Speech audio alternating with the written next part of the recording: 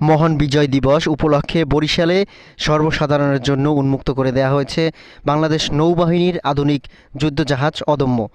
বরিশার কীর্তনখোলা নদীতে নোঙর করা এই জাহাজে দুপুর 12টা থেকে দর্শনার্থীদের জন্য উন্মুক্ত করে দেওয়া হয়।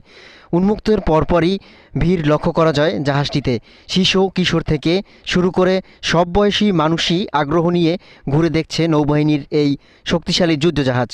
নৌবাহিনীর সদস্যরা দর্শনার্থীদের জাহাজের বিভিন্ন অংশ ঘুরে দেখান এবং জাহাজের কার্যক্রম ও সক্ষমতা সম্পর্কে বিস্তারিত তথ্য দেন। এতে দর্শনার্থীদের মাঝে দেশপ্রেম এবং নৌবাহিনী সম্পর্কে জানার আগ্রহও বেড়ে যায়। জাহাজটির ক্যাপ্টেন সংবাদ সম্মেলনে জানান, আজ 16ই ডিসেম্বর মহান বিজয় দিবস। 1971 সালের এই দিনে মহান মুক্তিযুদ্ধের চূড়ান্ত বিজয় অর্জিত হয়। আজকের এই মহান বিজয় দিবস উপলক্ষে আমি প্রথমেই স্মরণ করি মহান মুক্তিযুদ্ধে আত্মোৎসর্গকারী সকল শহীদদের। আমি প্রথমেই তাদের আত্মার মাগফিরাত কামনা করছি এবং একই সাথে তাদের প্রতি বিনম্র শ্রদ্ধা জানাচ্ছি। বাংলাদেশ নৌবাহিনী প্রতি বছর দেশের বিভিন্ন স্থানে উল্লেখযোগ্য সংখ্যক যুদ্ধজাহাজ সর্বসাধারণের পরিদর্শনের জন্য উন্মুক্ত করে রাখে।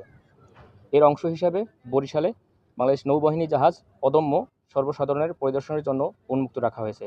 এর ফলে দেশবাসী বাংলাদেশ নৌবাহিনীর কর্মকাণ্ড, সক্ষমতা, দায়িত্ব, কর্তব্য, আধুনিক প্রযুক্তি এবং জীবনযাত্রা সম্পর্কে বাস্তব ধারণা লাভ করার সুযোগ পাচ্ছে।